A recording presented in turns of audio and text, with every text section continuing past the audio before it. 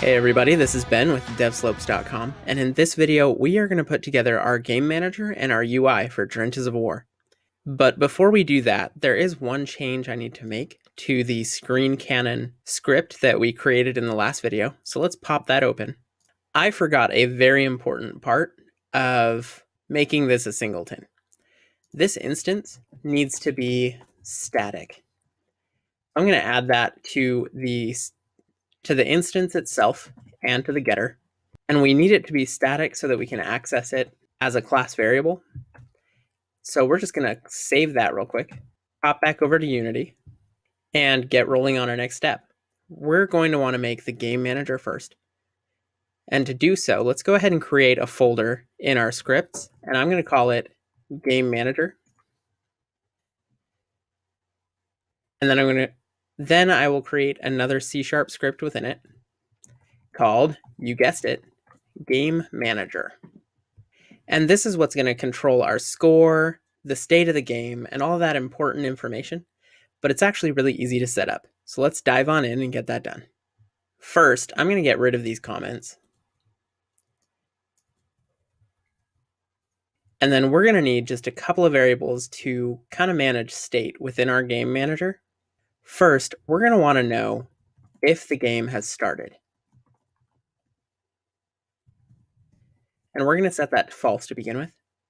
Next, we need to know if the game is actively running.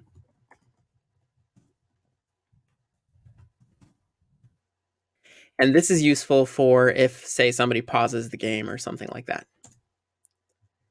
Then we need to know what the score is. Because since we don't really have a player object to track score or anything like that with, we're just going to use the game manager to do that. So we'll just need a couple of getters for that. Let's make a game started getter, a game running getter, and a score getter. And I'm going to clean this up just a bit real quick.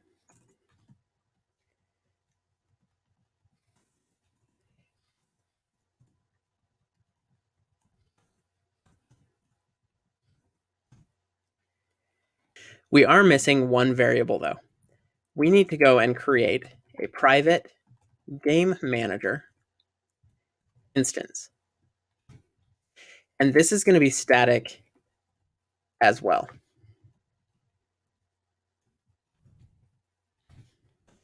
Make a getter for it.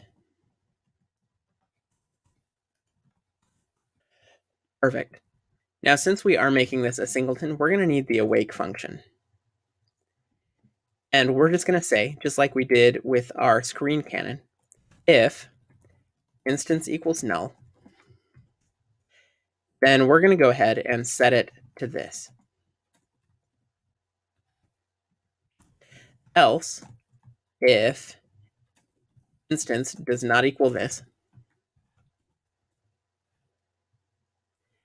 then we're going to destroy whatever game object is trying to do a hostile takeover. And then we just say, don't destroy on load. And game object to tell it whatever game object we're currently working with. We're also going to need 4 functions to handle a few different things for us. So first, we're going to make a public void enemy hit. And this is just going to be called when one of the enemy tanks is hit. And we're going to say score ++. And then we're going to need a public void building hit for when an enemy hits one of the targets. There's a myriad of things that we can do here.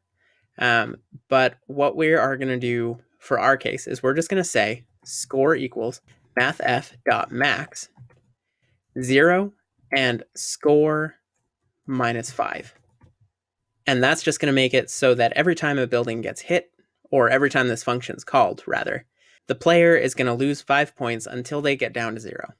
Scroll down a bit. And then we're going to need a couple of special functions. We're going to write private void anchor added, and we are going to pass in an AR plain anchor.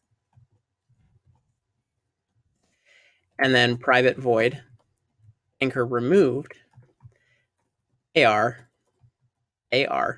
plain anchor as well. And we're going to name both of these anchor.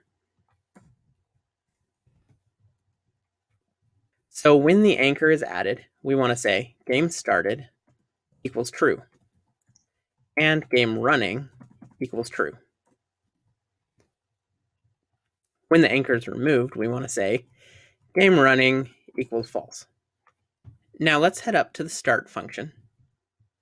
And this is where it gets kind of tricky. This is how we catch these events. We just say Unity AR session native interface dot AR anchor added event plus equals anchor added. And then Unity AR session native interface dot AR anchor removed plus equals anchor removed. Now what this is doing is it's telling Unity's native AR interface, hey, every time you emit this anchor added event, go ahead and run the anchor added function. So we're setting a listener to this observable event. And with that, our game manager is done. So let's save and head back to Unity. And then from here, we're going to go ahead and add our UI.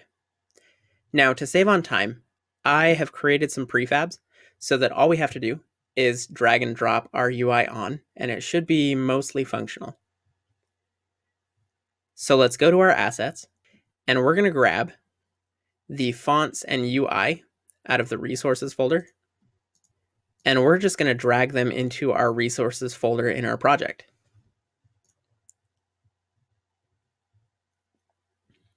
There we go, perfect. Everything should be in there.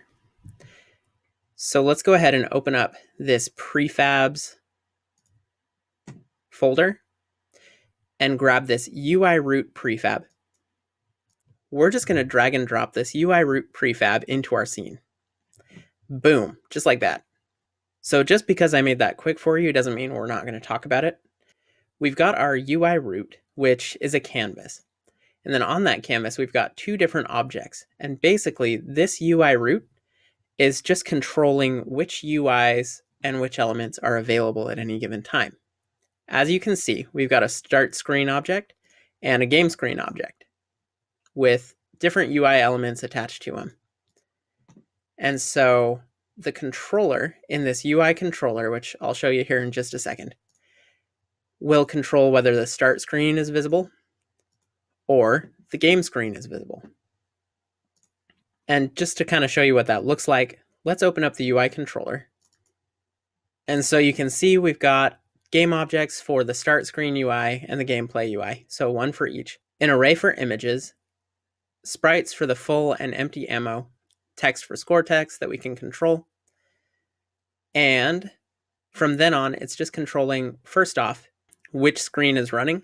And then if it's the gameplay screen, it'll update the ammo images to match how much ammo you have and the score. Pretty straightforward stuff. Now let's just go ahead and run this and make sure everything's working properly.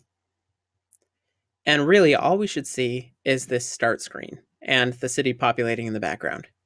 Oh, and it looks like we've got an error going on. So let's take a look and see what that is. Object reference not set to an instance of an object. Set screen, UI controller, line 41. Well, if that's going on, let's take a look at our UI controller. So line 41 has the gameplay UI.setActive. Oh, you know what? I'll bet you I know exactly what it is. Let's head back to Unity. Now we made this really cool game manager, but it does us absolutely no good if it's not attached to anything. You're probably watching thinking, I could have told you that 10 minutes ago. Well, if that's the case, then you were right. So normally we would set up some kind of loader or something that we know is going to be persistent to handle all of the game scripts. But since there aren't too many of them, and we've already got a perfectly good object to use, I'm just going to go ahead and click on this AR tabletop kit and drag on the game manager, since our game is never going to be without Mapbox's AR tabletop kit. Now let's press play and see what happens. Perfect, no error. Awesome. So let's stop running that. Let's go ahead and save our project. and update collab. Added the game manager and UI. Publish now.